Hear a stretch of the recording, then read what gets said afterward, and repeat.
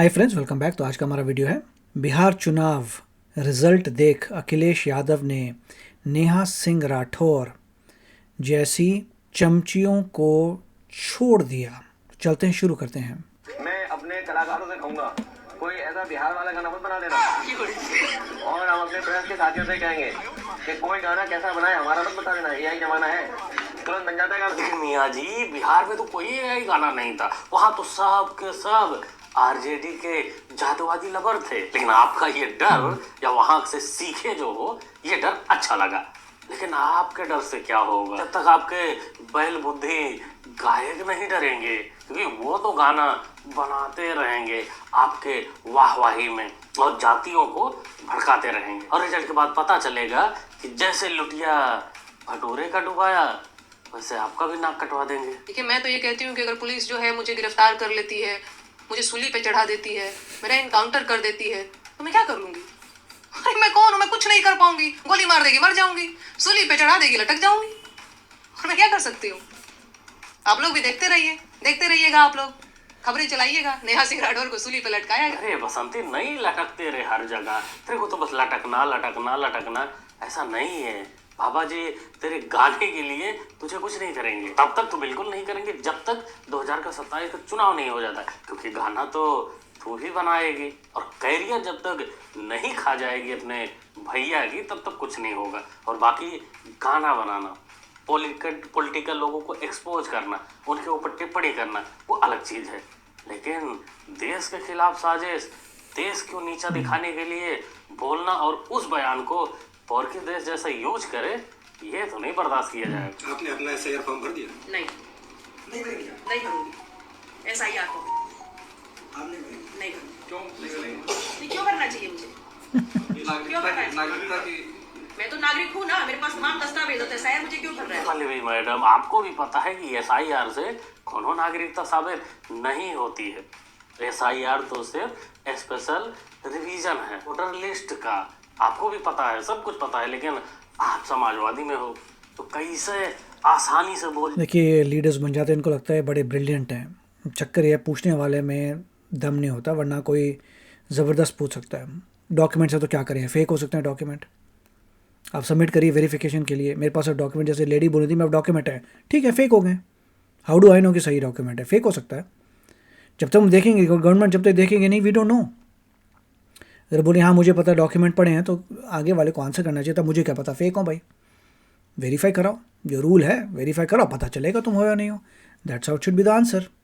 जाओगे कि नहीं सही है, विरोध तो करना है ना, लोगों को भड़काना ही पड़ेगा। जो पूछने वाला है उसमें दम होना चाहिए। जब वो लेडी बोलती है हमारे पास सारे डॉक्यूमेंट पड़े हैं, okay, maybe they're fake. नहीं, एसआईआर में फॉर्म मत भरो, नहीं तो नागरिकता चली जाएगी। एसआईआर के बहाने करोड़ों लोगों को वंचित करना चाहते हैं, करोड़ों लोगों को वोट के अधिकार से दूर रखना चाहते हैं। अगर फेक होंगे तो या तो जो भारतीय जनता पार्टी संविधान बना रही है और जो आज संविधान दिवस के दिन बड़े बड़े भाषण दे रहे हैं, उन्हें कम से कम ये निश्चित करना चाहिए कि उत्तर प्रदेश सबसे बड़ा प्रदेश है।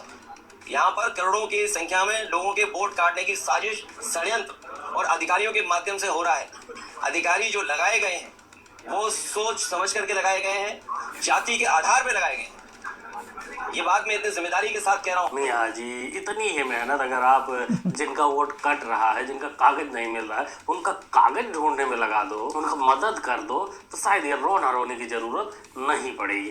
बाकी तुम कह रहे हो कि जाति के आधार पर बीएलओ बनाए गए, तो भाई बीएलओ में ठाकुर पंडित बनिए तो कम ही होंगे 2-3%।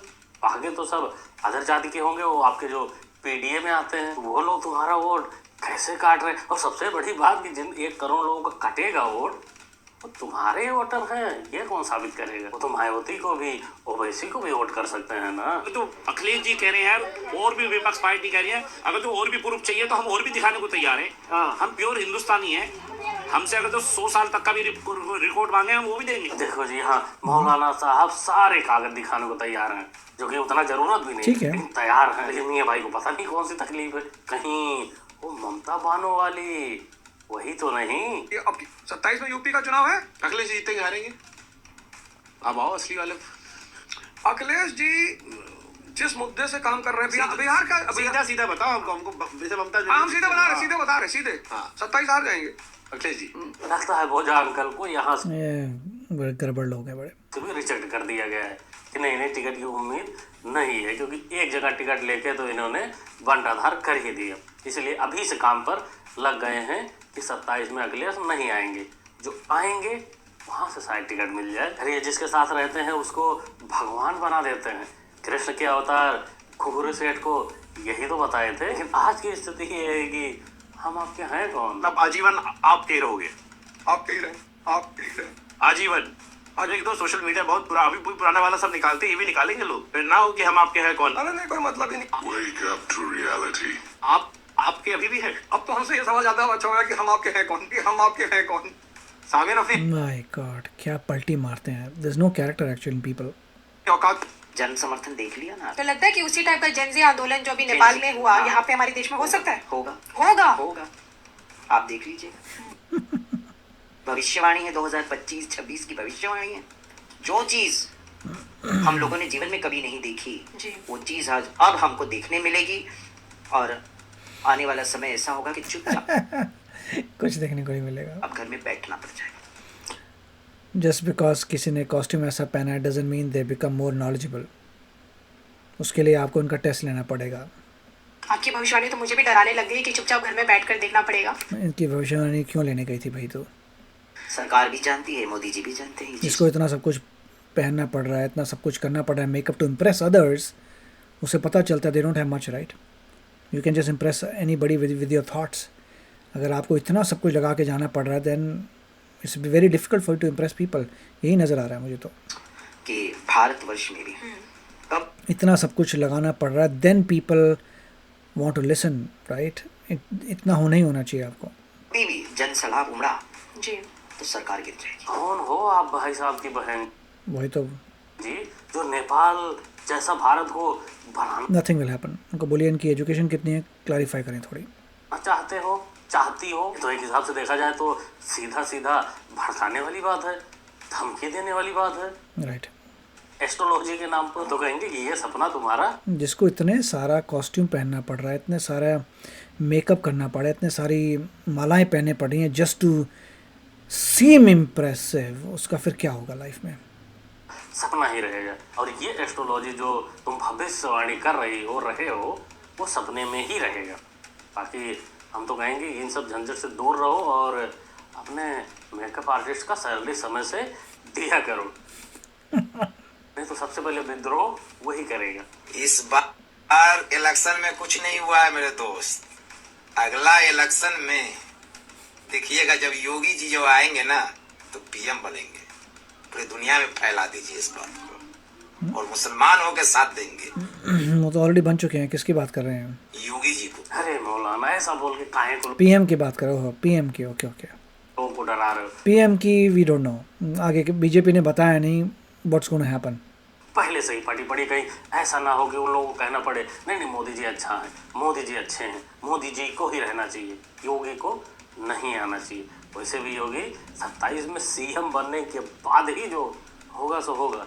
देखिए यही पॉइंट थी कि पीएम की तो दूर की बात है, अभी वी डोंट नो पीएम कौन बनता है कौन नहीं बनता, क्योंकि बीजेपी जो होती है कभी बताती नहीं है एग्जैक्टली क्या होगा। मुझे पता नहीं क्या मोदी जी एक और टर्म के लिए आएंगे, I don't know, it could be any surprise. हो सकता है मोदी जी एक और टर्म के लिए आ जाएं, राइट। और अगर नहीं आते तो फिर कौन उनके बाद आएगा, हु नोज़। बीजेपी की ये सब चीज़ें किसी को बीजेपी बताता भी नहीं है और ये किसी को पता नहीं चल सकती। This is a mystery. उस समय पर जाके ही पता लगेगा। जैसे मैंने कहा था, ये भी हो सकता है कि मोदी जी एक और टर्म के लिए आ जाए। Anything can happen, why not.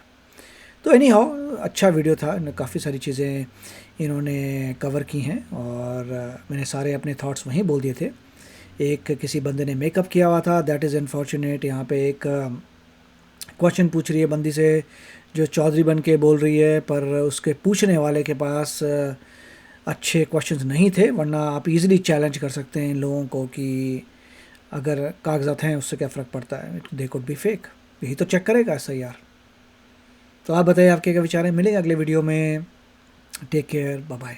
तो अगर आप मेरे इस चैनल पे नए हो तो जल्दी से सब्सक्राइब के बटन को हिट करो और बेल आइकन को क्लिक करो ताकि आपको मेरा जब नया वीडियो मैं लगाऊं आपको उसके बारे में जल्दी से पता चल जाए।